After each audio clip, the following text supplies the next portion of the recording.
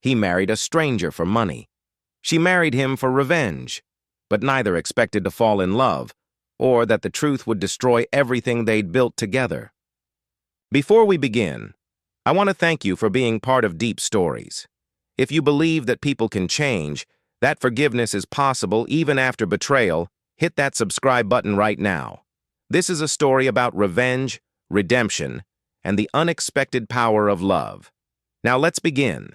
Marcus Donovan had everything a man could want. At 38, he was the CEO of Nexus Technologies, a company he'd built from the ground up into a billion-dollar empire. Penthouse overlooking the city, sports cars, private jets. But there was one thing Marcus didn't have, and it was about to cost him everything. His grandfather's will was crystal clear. Marcus had 90 days to marry, or the family fortune, $300 million, would go to charity. The old man had been traditional, believing marriage would finally teach his arrogant grandson some humility. Marcus saw it differently. Marriage was just another business transaction. "I need a wife," Marcus said, sitting across from Victoria Chen, owner of Elite Matrimonial Services. "Professional arrangement. 1-year contract. $500,000. Victoria didn't flinch. In her line of work, she'd seen stranger requests. "You understand this is highly unusual, Mr. Donovan?" "I understand I have 87 days left," Marcus replied coldly. "Can you deliver or not?" Victoria slid a folder across her mahogany desk. "We have several candidates who might be open to such an arrangement. Professional women facing financial difficulties. This first candidate is particularly interesting." Marcus opened the folder. The photograph showed a woman in her early 30s. Dark hair pulled back, intelligent eyes, simple but elegant features. Nothing flashy. Nothing that would draw attention. "Perfect. Sofia Reeves," Victoria read from the profile. 32 years old. PhD in literature. Associate professor at Westbrook University. Recently denied tenure. Significant student debt. No family to speak of. Why would a professor need $500,000 badly enough to marry a stranger? Marcus asked, though he didn't particularly care about the answer. Victoria's expression remained neutral. "Does it matter, Mr. Donovan? You're offering a business proposition. She has financial needs. It's quite straightforward." Marcus studied the photo again. Sofia Reeves looked ordinary, forgettable, exactly what he needed. Someone who wouldn't complicate things, who would understand this was purely transactional. Set up a meeting, he decided. 3 days later, Marcus met Sofia at a quiet cafe downtown. She arrived exactly on time, wearing a simple gray dress and minimal jewelry. No pretense. No attempt to impress him. Marcus appreciated that. "Mr. Donovan," Sofia greeted him, her voice calm and measured. "Victoria explained the nature of your proposal. I'd like to hear it directly from you, straight to business." Marcus liked that too. "It's simple," he said. "I need a wife for 1 year to satisfy the terms of my grandfather's will." "You need money. I'm offering $500,000 for 12 months of your time. We marry, live together to make it convincing, and when the year is up, we divorce quietly, clean, professional." Sofia took a sip of her coffee, her expression unreadable. "What exactly would living together entail?" "Separate bedrooms," Marcus clarified. "Public appearances when necessary. You'd have access to one of my credit cards for personal expenses, within reason. Otherwise, you live your life, I live mine. Think of it as a very well-paid acting job." "And what happens if one of us develops feelings?" Sofia asked. Marcus almost laughed. "That won't be an issue, Ms. Reeves. I'm not looking for love. I'm looking for a business partner." Sofia held his gaze for a long moment. There was something in her eyes, something sharp, calculating, that flickered and then disappeared. "I have conditions," she finally said. "I want $250,000 up front, deposited in an account I control. The remaining half upon completion of the year. I want it in writing that you won't interfere with my career or personal life, and I want the option to terminate the contract if you become abusive or unreasonable."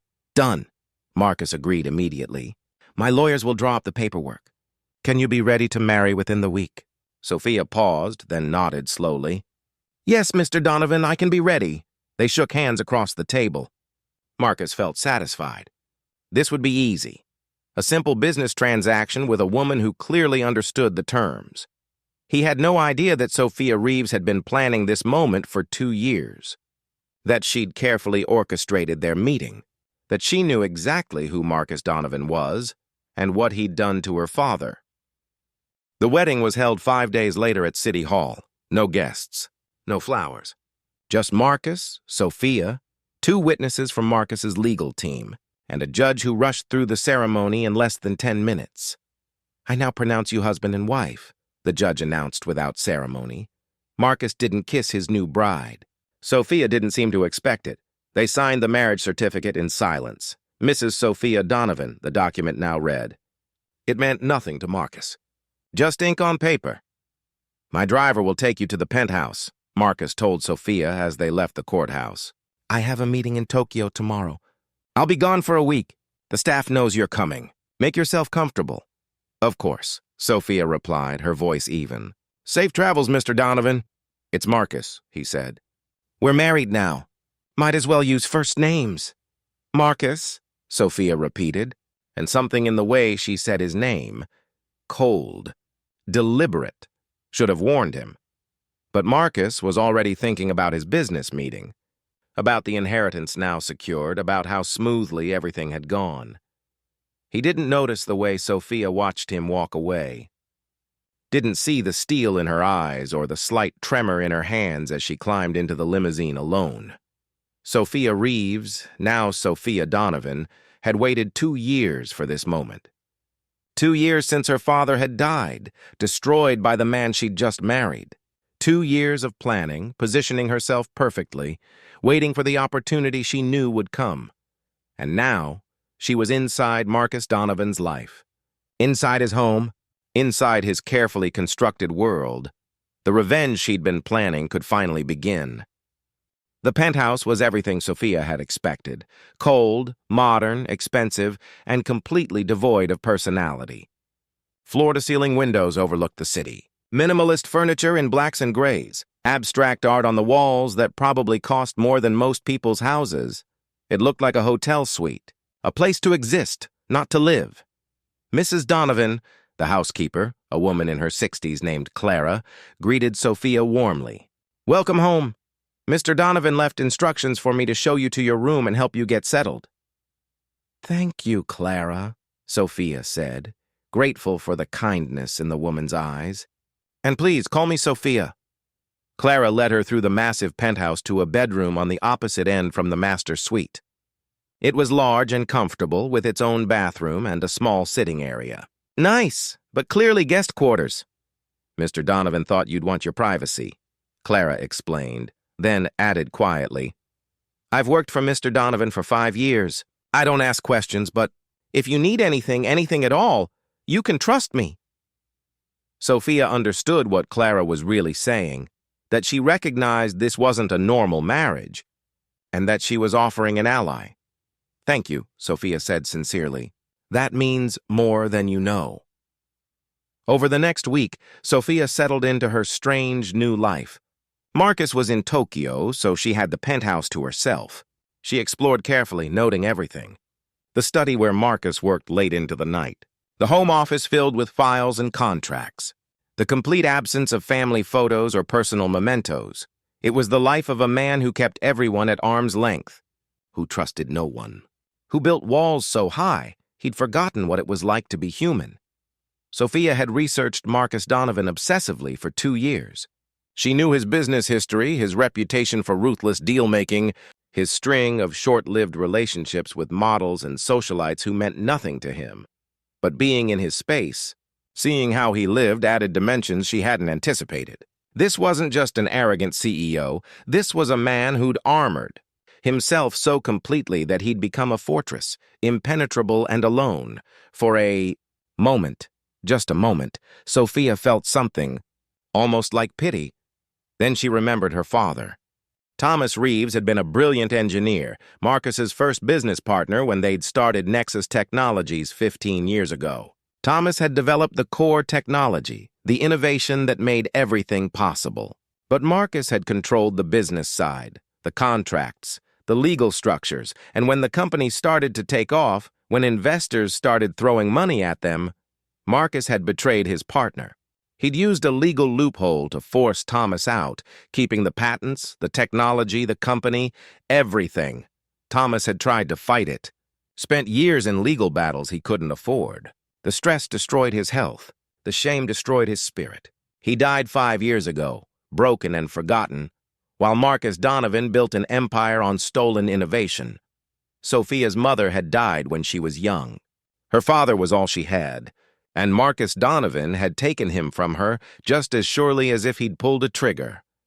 So no, Sofia thought as she stood in Marcus's sterile penthouse. No pity. Marcus returned from Tokyo late on a Sunday night. Sofia heard him come in, heard him speaking briefly with Clara, heard his footsteps pass by her closed door without stopping. The next morning, they had their first real interaction as husband and wife. Sofia was making coffee in the kitchen when Marcus appeared, already dressed in an expensive suit, checking his phone. "Good morning," Sofia said. Marcus looked up, seeming almost surprised to find her there. "Right, you're here. Coffee?" "I just made a pot," Sofia replied. They stood in awkward silence as Marcus poured himself a cup. Sofia realized this man had no idea how to be married, even in a fake marriage. He looked uncomfortable in his own kitchen, as if her presence disrupted his routine. "So," Marcus finally said, "we should establish some ground rules. I usually leave for the office by 7. I work late most nights. Weekends, I'm often traveling. You're free to do whatever you want. Teach your classes, use the gym downstairs, whatever, just stay out of my study and my office." "Those are off limits." "Of course," Sofia agreed. "And what about public appearances? You mentioned we'd need to be seen together." Marcus frowned as if he'd forgotten that part. "Right. I suppose we'll need to do dinner occasionally. Some charity events. My assistant will coordinate with you." He started to leave, then paused. "You can order whatever you want. Furniture, clothes, books, whatever. Clara can help you. The credit card is on the counter." "Thank you," Sofia said. Marcus nodded and headed for the door, then stopped again. "Listen, I know this is weird, but it's only a year. We both benefit. No reason we can't be civil about it." "No reason at all," Sofia agreed quietly. After he left, Sofia stood in the silent kitchen, gripping her coffee cup so tightly her knuckles turned white. Civil. As if what he'd done to her father was something that could be handled civilly. As if stealing someone's life's work, destroying their health, and leaving them to die in shame was just business. The first month passed in a strange, disconnected routine. Marcus lived his life. Sofia lived hers. They occasionally crossed paths in the penthouse, morning coffee, late evening when they were both working. Marcus treated her with distant politeness, like a roommate he barely knew. Sofia played her part perfectly, the quiet, grateful wife who understood the arrangement and didn't make waves, but she was watching, learning, gathering information. She discovered Marcus's schedule, his habits, his weaknesses. She learned that he worked obsessively, often until 2 or 3 in the morning, that he had few real friends, mostly business associates, that his relationships were transactional. Everyone wanted something from him, and he expected nothing else. She learned that despite his wealth and success, Marcus Donovan was profoundly lonely, and slowly, carefully, Sofia began to shift the dynamic. It started small. She'd leave fresh coffee when she knew he'd be working late, made sure his favorite breakfast was ready in the morning, asked Clara about his preferences and adjusted accordingly. Marcus noticed. "You don't have to do this," he said one evening, finding dinner waiting when he came home unexpectedly early. We're not." "I know what we are," Sofia said calmly. "But we live in the same space. It costs me nothing to be considerate." Marcus looked at her strangely, as if kindness without motive was a concept he couldn't process. "Thank you," he finally said, and for the first time he actually sat down and ate with her. They talked, carefully, superficially, about work, about the city, about nothing important, but it was the first real conversation they'd had. Sofia played it perfectly. Not too friendly, not too distant, just present. Over the next few weeks, these small moments accumulated. Marcus started coming home earlier occasionally, would ask about her day. They'd have dinner together once or twice a week, the conversations gradually becoming less awkward. Sofia learned that Marcus was brilliant when it came to business, but emotionally illiterate. That he'd built his empire by never trusting anyone, never letting anyone close. That somewhere beneath the cold CEO exterior was someone who'd forgotten how to be human. She learned these things, cataloged them, and felt her carefully constructed hatred begin to crack slightly. No, she told herself firmly. Remember what he did. Remember Dad. But it was getting harder to see Marcus only as the villain in her story when she was witnessing him as a person, flawed, lonely, stunted, but human. One evening, about 6 weeks into their arrangement, they were having dinner when Marcus asked, "Why did you really take this deal, Sofia?" She'd prepared for this question. "The money," she said simply. "I've been in academia my whole life. Comfortable but never wealthy. $500,000. That's freedom, security. The chance to write the book I've always wanted to write without worrying about bills." "No family?" Marcus pressed. "No one who objected to you marrying a stranger?" Sofia's grip tightened on her fork, but her voice remained steady. "My mother died when I was young. My father passed away 5 years ago. There's no one."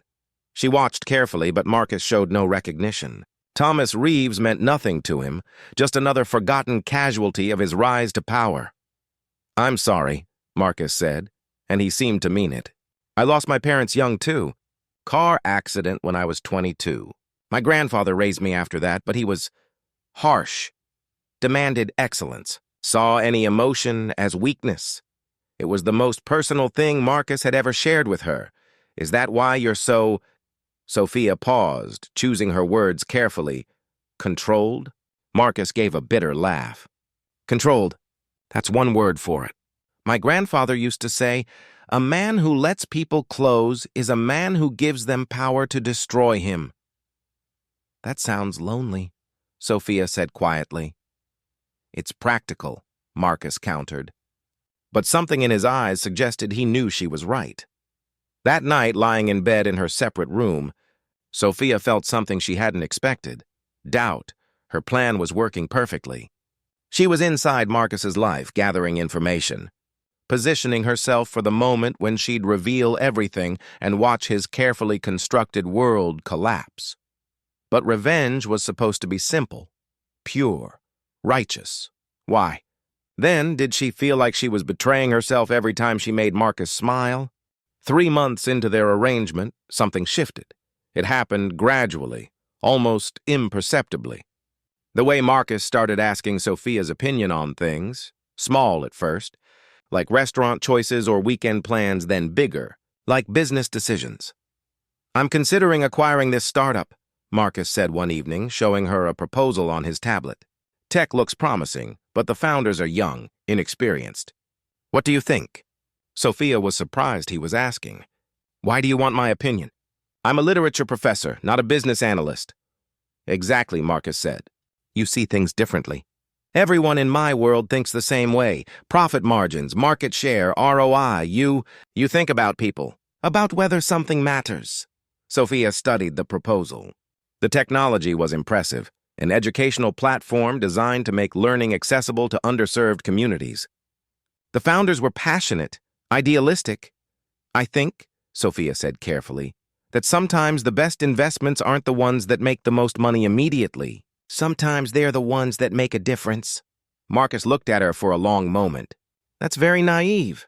"Maybe," Sofia acknowledged.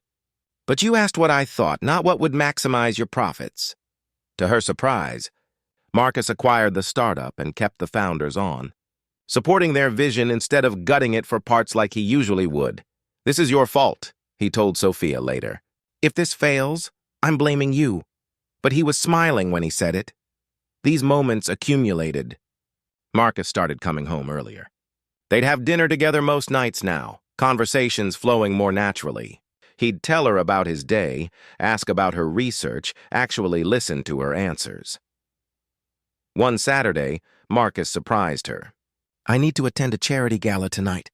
My assistant already RSVP'd for both of us. Do you have something appropriate to wear, or should I have someone send options?" It was their first real public appearance together. "I can manage," Sofia said.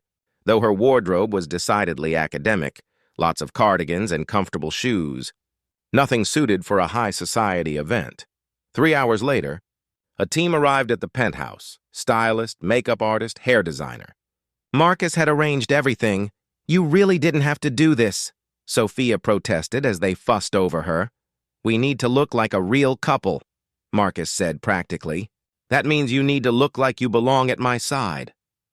But when Sofia emerged in an elegant navy dress, hair styled in soft waves, makeup highlighting her features, Marcus's expression changed.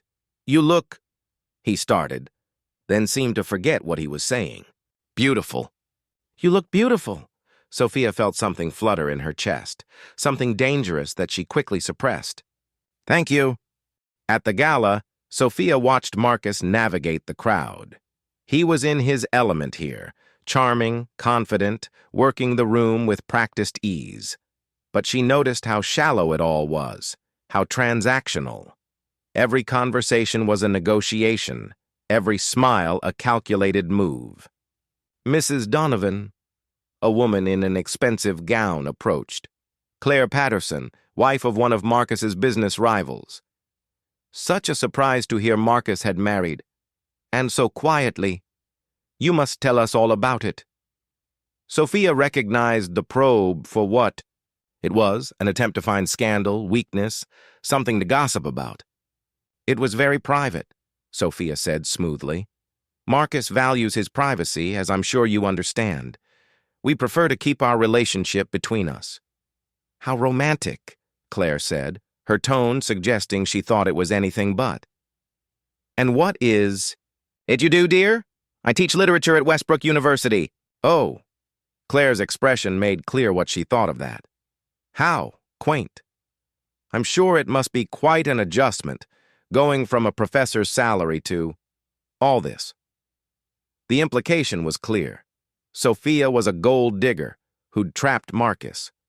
Sofia felt her temper flare, but before she could respond, Marcus appeared at her side. "Sofia has a PhD from Stanford," Marcus said coldly. "She's published 2 books on 19th century literature that have been widely acclaimed in academic circles.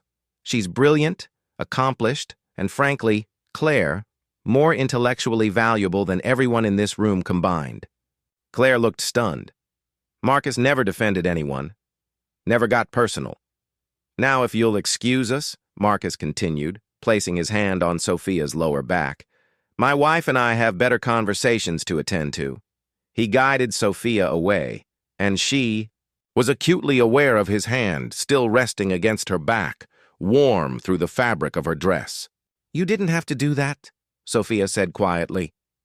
"Yes, I did," Marcus replied. "She was being condescending, and everything I said was true. You are brilliant. You do make these people look intellectually bankrupt by comparison."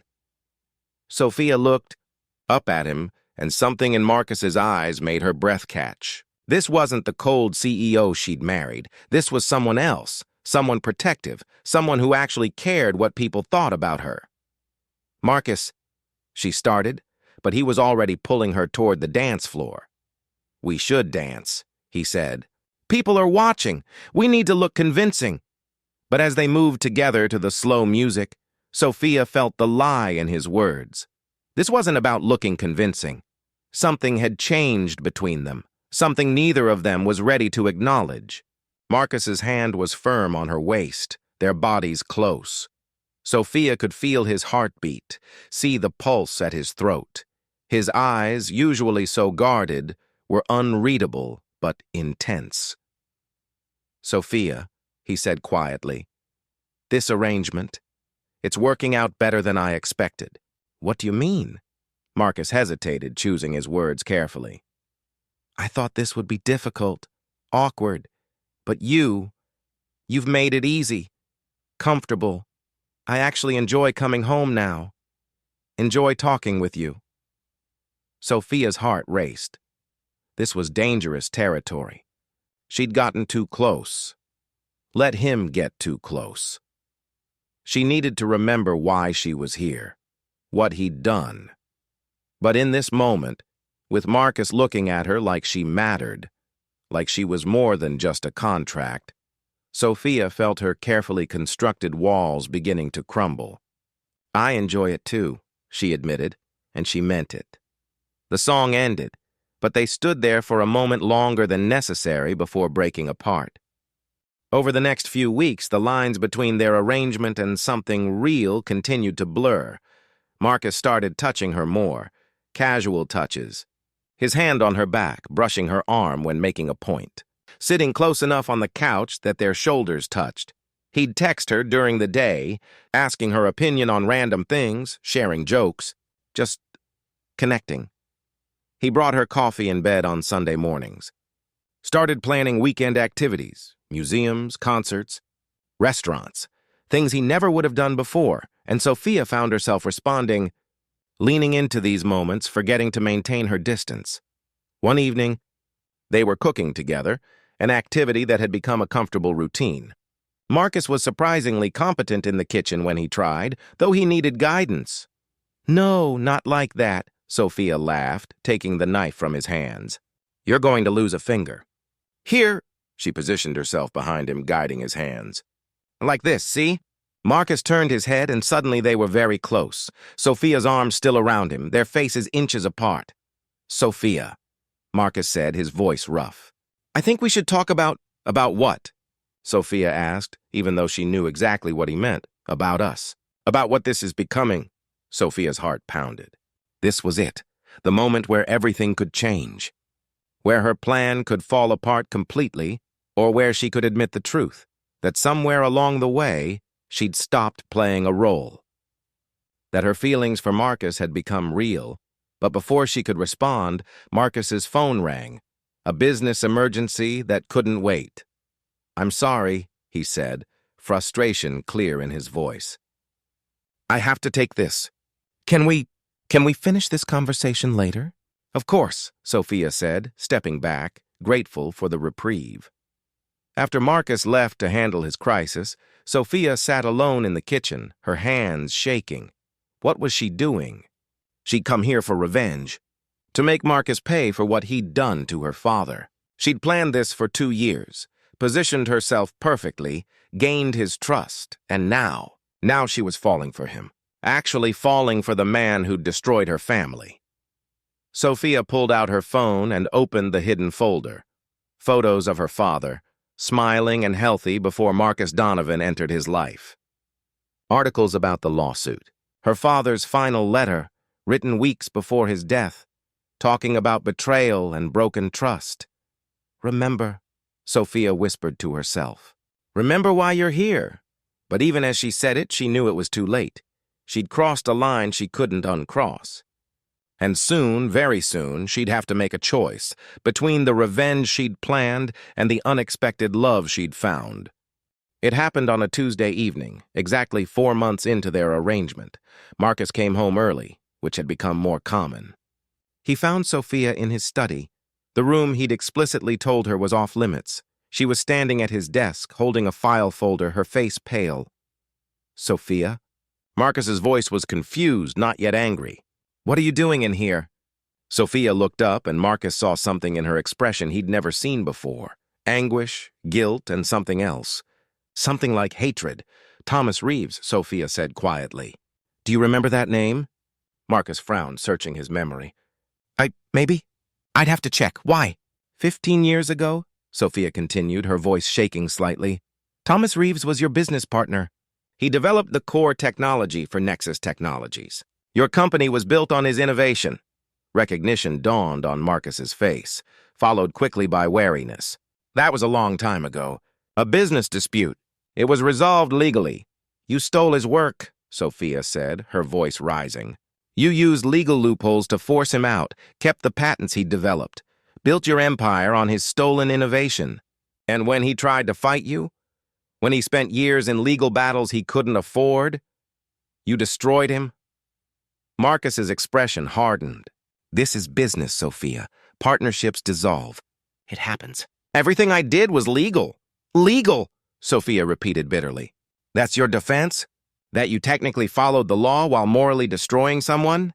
How do you even know about this?" Marcus demanded. "What?" Then understanding hit him like a physical blow. "Reeves, You said your father's name was Reeves. Oh God, Thomas Reeves was your father. Was, Sofia confirmed, tears now streaming down her face. Past tense. Because he died 5 years ago, broken and humiliated, destroyed by what you did to him. Marcus felt like the floor had dropped out from under him. Sofia, I didn't know. When you said your father had passed, I never connected. Of course you didn't, Sofia interrupted. He was nothing to you. Just another casualty, another person you stepped on climbing to the top. You didn't even remember his name. Marcus's mind was reeling, trying to process this revelation. But that means this whole thing. Our marriage. You planned this? All of it? Sofia laughed bitterly. Planned it? I orchestrated it, Marcus. 2 years I spent positioning myself. I knew about your grandfather's will before you did. My friend works at the law firm that handled his estate.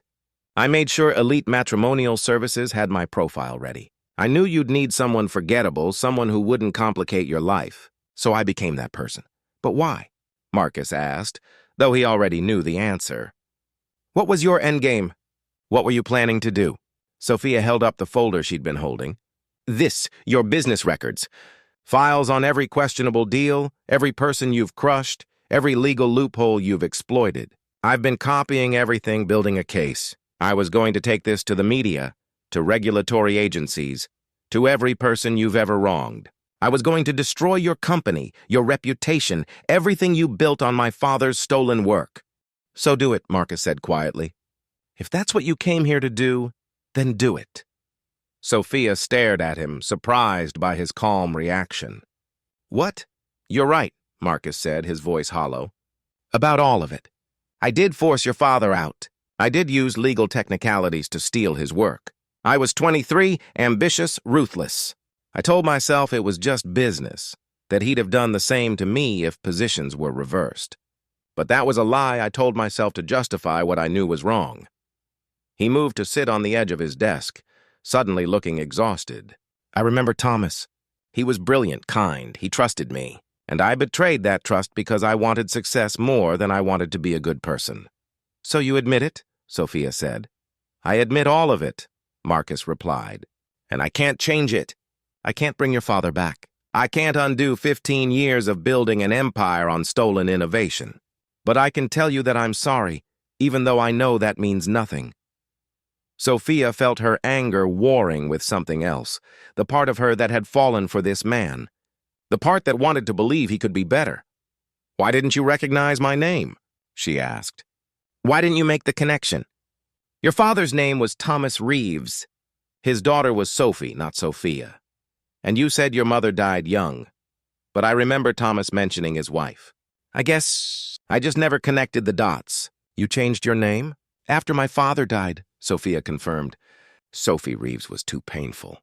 Sofia felt like a new start. Marcus nodded slowly. So these past 4 months, everything, the dinners, the conversations, He trailed off. It was all part of your plan? All an act? This was Sofia's moment. The moment to confirm his worst fears, to twist the knife, to complete her revenge. But the words wouldn't come. It started as an act, she admitted quietly. But Marcus, somewhere along the way, it stopped being about revenge. When you defended me at that gala, when you started asking my opinion on things that mattered, when you actually listened, actually cared what I thought. That wasn't supposed to happen. I wasn't supposed to... She stopped, unable to finish. Wasn't supposed to what? Marcus pressed. Fall in love with you! Sofia burst out, the words torn from her. I wasn't supposed to fall in love with the man who destroyed my father, but I did. And now I don't know what to do because I hate you for what you did, but I also... She broke off, sobbing. Marcus stood frozen, processing this revelation. Sofia loved him. Despite everything, despite the revenge she'd planned, she'd fallen for him, just as he'd fallen for her. Sofia, he said gently, moving toward her. Look at me. Don't, she warned, stepping back. Don't make this harder. I need to figure out what to do with all this. She gestured at the folder. What do you want to do? Marcus asked. I don't know. Sofia cried. I came here to destroy you. That was my purpose, my mission for 2 years. But now I know you. I know you're not just the villain in my story. You're complicated and flawed and capable of growth. You've changed these past months, Marcus. I've watched you become more human, more open. The man I've gotten to know these past 4 months, he's not the same man who betrayed my father 15 years ago. Marcus felt something crack inside him. You're right. I'm not that man anymore. Or maybe I never wanted to be that man. But I thought that's what success required. Your father, what I did to him, it haunts me, Sofia. I've carried that guilt for 15 years, buried it under layers of justification and rationalization. But it never went away. He took a deep breath. When we met, when I asked you to marry me, I thought I was so clever. A business transaction, clean and simple. No emotions, no complications. But you came into my life and reminded me what it feels like to be human, to care about someone, to want to be better. Marcus, I'm in love with you, he said simply. I don't know when it happened. Maybe when you first challenged me at dinner? Maybe when you looked at me like I could be more than just a ruthless CEO. But somewhere between the contract and now, you became the most important person in my life. Sofia was crying openly now. How can I love you? How can I forgive what you did? Maybe you can't, Marcus admitted. Maybe what I did is unforgivable. But Sofia, if there's any chance, any possibility that we can build something real from this mess, then I'm asking you to take it. Not for the arrangement, not for the money, but because what we have, this thing between us, it's real. It's the most real thing in my life.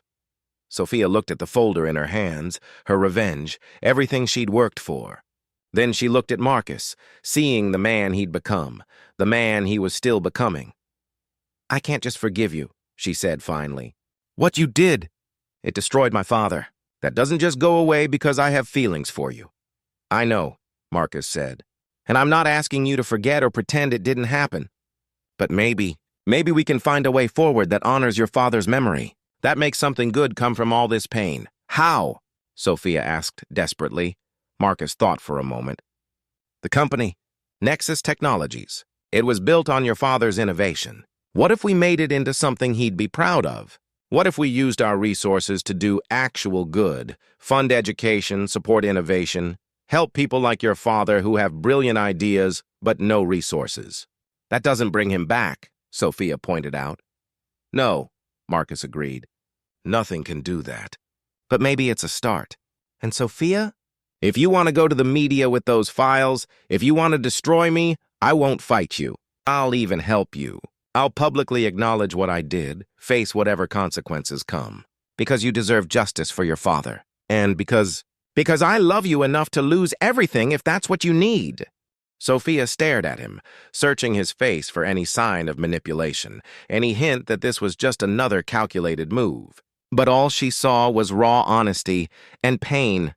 I don't want to destroy you, she whispered. I thought I did. For 2 years, that's all I wanted. But now I just want my father back. I want him to see that his work mattered, that he mattered. Marcus moved closer slowly, giving her space to step away if she needed to. Then let's make sure his work matters. Let's build something that would make him proud, together. I don't know if I can do this, Sofia admitted. Trust you. Forgive you. Build a life with you after everything.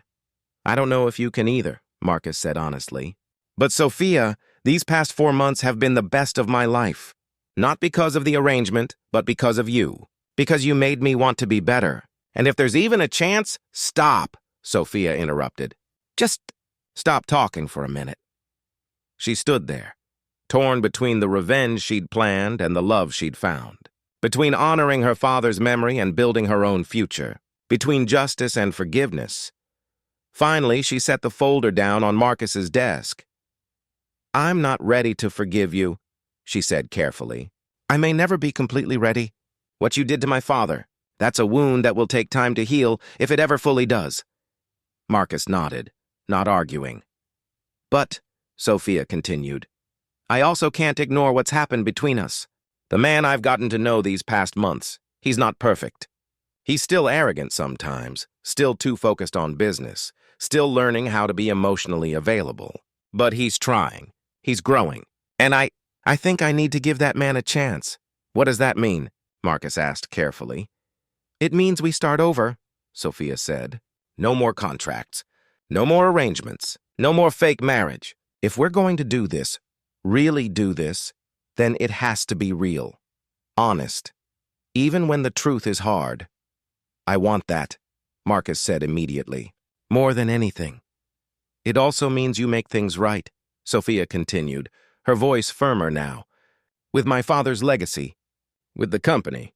You can't just promise change, Marcus. You have to actually do it. Tell me what you need, Marcus said. Anything, Sofia thought for a moment. The Thomas Reeves Innovation Foundation. Funded by Nexus Technologies. Scholarships for engineering students from underprivileged backgrounds.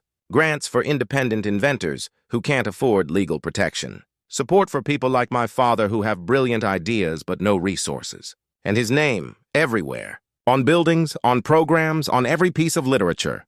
The world should know that Nexus Technologies was built on Thomas Reeves's innovation, and that his legacy lives on. Marcus felt tears prick his eyes. Done, all of it. I'll announce it publicly. I'll make sure everyone knows the truth about your father's contribution. And one more thing, Sofia added. You personally oversee it. This can't be something you delegate. You need to be involved, to meet these students and inventors, to understand what your actions 15 years ago really meant, to see the human cost of your choices. Yes, Marcus agreed without hesitation. Whatever it takes. They stood there, the weight of everything hanging between them, the betrayal, the revenge, the unexpected love, the tentative path forward. I'm scared, Sofia admitted. I'm scared I'm making a mistake. Scared I'm betraying my father's memory by being with you. Scared this will all fall apart. I'm scared too, Marcus confessed. I'm scared I don't deserve this chance. Scared I'll let you down. Scared I don't know how to be the person you need me to be. Sofia managed a small, watery smile. I guess we're both terrified then. Terrified together, Marcus agreed. He held out his hand, not commanding, not demanding, just offering. Sofia looked at it for a long moment. This was the choice. The moment that would define everything that came after. Slowly, she reached out and took his hand. We do this right, she said. No more lies. No more games. Complete honesty, even when it hurts.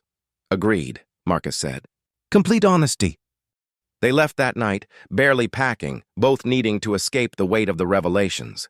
The cabin was exactly as Marcus described. Small, simple, beautiful. A two-bedroom structure on a quiet lake, surrounded by pine trees, far from the city's noise and complications. I'll take the guest room, Marcus said immediately as they arrived. You should have the master. It has the better view, Marcus, Sofia said gently. We're not strangers. You don't have to... I know, he interrupted. But we're also starting over. And I want to do this right. No assumptions. No rushing. We go at whatever pace you're comfortable with. Sofia felt a surge of affection for this man who was trying so hard to be better. Thank you. They spent the weekend at the cabin, and slowly, carefully, they began to rebuild. Marcus cooked breakfast, badly, making Sofia laugh as he burned the eggs. They took long walks around the lake, talking about everything and nothing. They sat on the dock at sunset, side by side, watching the water turn gold and red, and they talked. Really talked. Sofia told Marcus stories about her father, about his laugh, his terrible jokes, his passion for innovation, his unwavering belief that technology should serve humanity, not the other way around. He sounds remarkable, Marcus said quietly. I wish I'd known him better. Wish I'd appreciated what he brought to Nexus beyond just the technology. He saw something in you, Sofia admitted, before everything fell apart. He used to come home excited about this brilliant young business partner he had. Said you had vision, drive. He believed you two were going to change the world together. Marcus closed his eyes. The weight of that trust he'd betrayed almost physical. I'm so sorry, Sofia. I know I keep saying it, but I don't know what else to say. How do you apologize for destroying someone's life? You don't, Sofia said honestly. You can't apologize for that. But you can honor his memory. Make sure his work, his innovations, his belief in using technology for good, you can make sure that lives on. The foundation, Marcus said. We start Monday. I'll get the legal team on it immediately. And Sofia, I want you involved. Every decision, every program. This is your father's legacy. You should have control over how it develops. Over the weekend, they sketched out plans. The Thomas Reeves Innovation Foundation would start with a $50 million endowment from Marcus personally. Scholarships for engineering students, grants for independent inventors, legal support for those who couldn't afford patent protection, mentorship programs connecting established engineers with young talent. It's not enough, Marcus said. It'll never be enough to make up for what I took from him. No, Sofia agreed. But it's a start. It's something real and good that comes from all this pain. On their last evening at the cabin, they sat on the porch, wrapped in blankets against the cool autumn air. Can I ask you something? Marcus said. Anything, Sofia replied. When did you start to forgive me? Or are you forgiving me? I don't want to assume. Sofia considered the question carefully. I'm not sure I have forgiven you. Not completely, but I think I'm starting to understand you. To see that people are complicated, that good people can do terrible things, and that growth and change are possible. She turned to face him. You're not the same man who betrayed my father 15 years ago, Marcus. That doesn't excuse what you did, but it means I can see a future where we build something together, where we honor my father's memory while also creating our own story. I love you, Marcus said simply. I know that timing is terrible. I know we have so much to work through, but I need you to know this is real for me. You're real for me. I love you too, Sofia admitted, even though part of me wishes I didn't, even though it's complicated and messy and maybe a little bit crazy. Very crazy, Marcus agreed with a small smile. But it's real, Sofia continued. And maybe that's what matters. Not that everything is perfect or resolved, but that what we feel is genuine.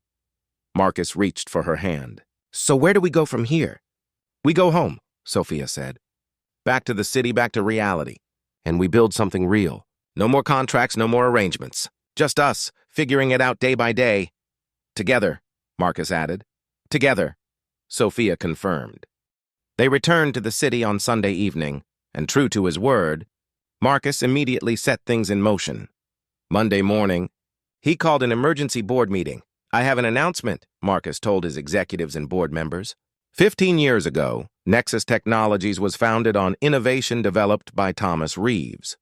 I forced him out of the company through legal technicalities, claiming sole ownership of patents we'd developed together. It was wrong. It was theft. And I've carried that guilt for 15 years. The room erupted in shocked murmurs. But Marcus continued. Effective immediately. I'm establishing the Thomas Reeves Innovation Foundation. Funded with $50 million from my personal assets. The foundation will honor Thomas's belief that technology should serve humanity by supporting the next generation of inventors and engineers. He looked around the table. I'm also commissioning a comprehensive historical review of Nexus's founding to be made publicly available. The truth about Thomas Reeves's contributions will be acknowledged. His name will be on this building, on our literature, everywhere. The world will know that Nexus Technologies was built on his innovation. Marcus, his CFO started. This could impact the company's reputation. Our stock price, I don't care, Marcus interrupted. This is about doing what's right. About honoring someone I wronged. The company will survive. Our technology is sound. But we need to build our future on truth, not on stolen credit. After the meeting, Marcus's assistant approached him nervously. Mr. Donovan, the media is already calling. They want to know about Thomas Reeves, about your marriage to his daughter. Tell them the truth, Marcus said. All of it. Sofia and I will give a joint statement. That evening, Marcus and Sofia sat down with a journalist from a major business publication. Mr. Donovan, you're admitting to essentially stealing your business partner's work. Why come forward now? Marcus glanced at Sofia, who nodded encouragingly. Because I fell in love with his daughter, Marcus said simply. And because she reminded me that success built on someone else's stolen innovation isn't real success. It's a lie, and I'm tired of living with that lie. The journalist turned to Sofia. Ms. Reeves, or should I say Mrs. Donovan, did you marry Marcus to expose him? Was this always your plan? Sofia took a breath. Initially, yes. I married Marcus planning to destroy him, to expose everything he'd done to my father. But somewhere in that process, I discovered that people are capable of change. That the man who wronged my father 15 years ago isn't the same man sitting next to me now? So you're staying married? The journalist pressed. Sofia and Marcus looked at each other. They hadn't actually discussed this, the legal status of their arrangement. We're starting over, Sofia said carefully. Not as part of a contract or an arrangement, but as two people who love each other and are trying to build something real despite a complicated history. The article came out 2 days later. The response was immediate and intense. Some praised Marcus for his honesty and commitment to making amends. Others condemned him for the original theft and saw the foundation as too little, too late. The stock initially dipped, then stabilized, as investors realized the company's fundamentals were strong. But the most unexpected response came from the engineering and academic communities. Professor after professor, inventor after inventor came forward sharing their memories of Thomas Reeves. Stories of his brilliance, his kindness, his vision. Dad would be amazed, Sofia said, reading through the flood of tributes. He always thought he'd been forgotten. But all these people remember him. Remember what he contributed. Marcus read over her shoulder, seeing his former partner through others' eyes. Each story was another reminder of what he'd taken, but also inspiration for what they could build. The Thomas Reeves Innovation Foundation officially launched 6 weeks later. The ceremony was held at Nexus Technologies headquarters, now renamed the Thomas Reeves Technology Center. Sofia gave a speech, her voice steady despite her emotions. My father believed that technology should serve humanity, that innovation should lift people up, create opportunities, make the world better. The Marcus Donovan of 15 years ago forgot that principle. But the man I know now, the man I've watched transform over these past months, he's committed to honoring my father's vision. She looked directly at Marcus. This foundation isn't just about making amends. It's about ensuring that brilliant minds from all backgrounds have the support they need, that inventors can focus on innovation without fear of having their work stolen, that my father's legacy lives on in every student we help, every patent we protect, every invention we support. Marcus stood to speak, his voice thick with emotion. I can't change the past. I can't give Thomas Reeves back the credit he deserved while he was alive, but I can make sure his name, his work, and his values shape the future of this company and this foundation. And I promise, to Sofia, to Thomas's memory, to everyone watching, that I will spend the rest of my life making sure his vision becomes reality. After the ceremony, as they stood together watching the sun set over the city, Sofia leaned against Marcus. He would have liked this, she said quietly. The foundation, the recognition. He'd be pleased. You think so? Marcus asked hopefully. I do, Sofia confirmed. He was never vengeful. He was hurt and betrayed, but he always believed in second chances, in redemption, in the possibility that people could change. I'm trying to be worthy of that belief, Marcus said. I know, Sofia replied. I see it every day, in how you've thrown yourself into the foundation work, in how you've changed your business practices, in how you treat people now, with respect, with consideration. You're not perfect, Marcus.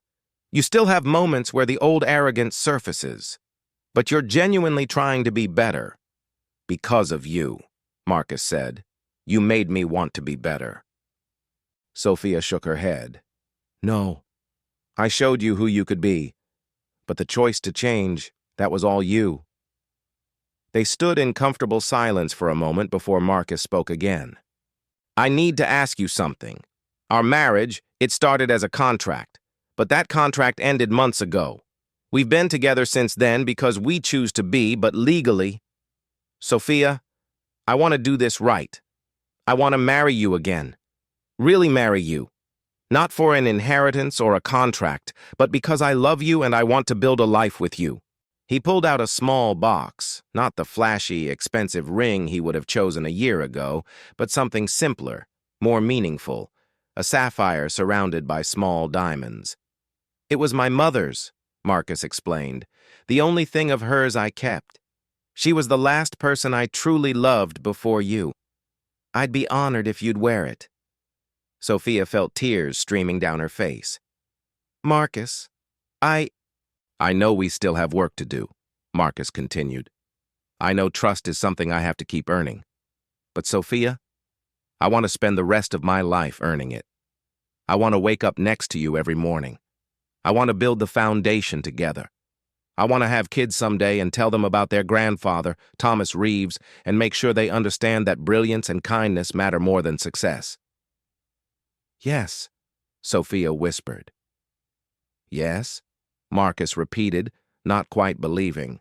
Yes, Sofia said more firmly. Yes, I'll marry you. Really marry you. Not because of a contract or revenge or anything except that I love you. Despite everything, because of everything, I love you. Marcus slipped the ring onto her finger, and they kissed. Not their first kiss, but somehow it felt like it. A new beginning, a real start. We're going to mess this up sometimes, Sofia warned. I'm going to have days where I'm angry about my father, where I remember everything you did and it hurts all over again. I know, Marcus said, and I'm going to have moments where I fall back into old patterns, where I'm too controlling or too focused on work or too closed off emotionally. So we'll be a mess, Sofia concluded. A beautiful mess, Marcus corrected. Together. They remarried 3 months later, a small private ceremony at the lake cabin where they'd begun to rebuild. Just a few close friends, Clara the housekeeper who'd supported them through everything, and Marcus's assistant who'd helped coordinate the foundation. But the most important guest was there in spirit. Sofia carried a photo of her father, placing it on a small table during the ceremony. Dad, she said softly, touching the photo. I've forgiven him. Not because what he did was okay, but because people deserve second chances. Because your life's work is being honored. Because I hope, you'd want me to be happy. She looked at Marcus, standing there in a simple suit, looking nervous and hopeful and real. And Marcus makes me happy, she continued. The man he's become, the man he's still becoming, he makes me want to believe in redemption, in change, in love that grows stronger through honesty and forgiveness. The officiant, a friend of Sofia's from university, smiled warmly. Marcus, Sofia, you come to this marriage with a complicated history, with pain and betrayal, but also with forgiveness and growth. You've chosen to build something new from something broken, to honor the past while creating a better future. That's not easy, but it's real, and it's beautiful. Marcus took Sofia's hands, his voice steady but emotional. Sofia, I came into your life as part of a selfish plan. You came into mine seeking revenge. But we found something neither of us expected. Truth. Real connection. Love. I promise to spend every day honoring your father's memory, being worthy of your forgiveness, and loving you with everything I have. Sofia smiled through her tears. Marcus, you hurt my family in ways that can never be completely repaired. But you've also shown me that people can change, that love can grow from unlikely places, that redemption is possible. I promise to keep challenging you to be better, to help you honor my father's legacy, and to love you, flaws, growth, complicated history, and all. They exchanged rings, new ones chosen together, symbolizing this fresh start. I now pronounce you husband and wife, the officiant said. Again, but this time for real. They kissed as the small gathering applauded, and Sofia felt something she hadn't felt in 5 years, since before her father died. Peace, not the absence of pain, but peace despite it.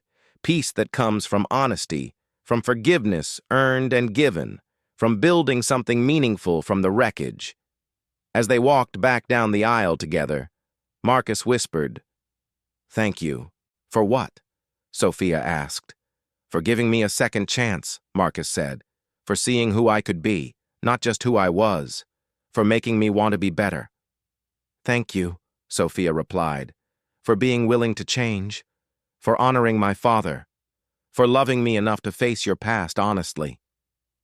They stood on the cabin porch as the sun set, the lake reflecting gold and crimson, the future uncertain but theirs to build. "What happens now?" Marcus asked. Sofia smiled. Now we live. We run the foundation. We make mistakes and forgive each other. We honor my father's memory while creating our own story. We build a life based on truth, not contracts. That sounds perfect, Marcus said, pulling her close. It sounds complicated, Sofia corrected. Perfectly complicated, Marcus agreed. And as they watched the sunset together, no longer bound by contracts or revenge, but by choice and love and the hard work of forgiveness, they both knew that this was just the beginning. Not the easy beginning of a fairy tale, but the real, messy, beautiful beginning of two imperfect people choosing to build something genuine together. The Thomas Reeves Innovation Foundation would go on to fund hundreds of students, protect countless patents, and change thousands of lives. Marcus Donovan would never forget what he'd done, but he'd spend the rest of his life making amends. And Sofia Reeves Donovan would honor her father's memory not through revenge, but through love. Love that demanded honesty, growth, and the courage to forgive without forgetting. They'd build their empire not on stolen innovation, but on truth, redemption, and the belief that people, even flawed, broken people, deserve second chances. And sometimes, the most beautiful stories are the ones that begin with the worst mistakes and end with hard-won grace. What did you think of Marcus and Sofia's story? Rate it from 0 to 10 in the comments below. My favorite moment was when Sofia revealed the truth about her father, and Marcus had to face what he'd done. What was yours? If you enjoyed this redemption story, subscribe to Deep Stories, stories that move you.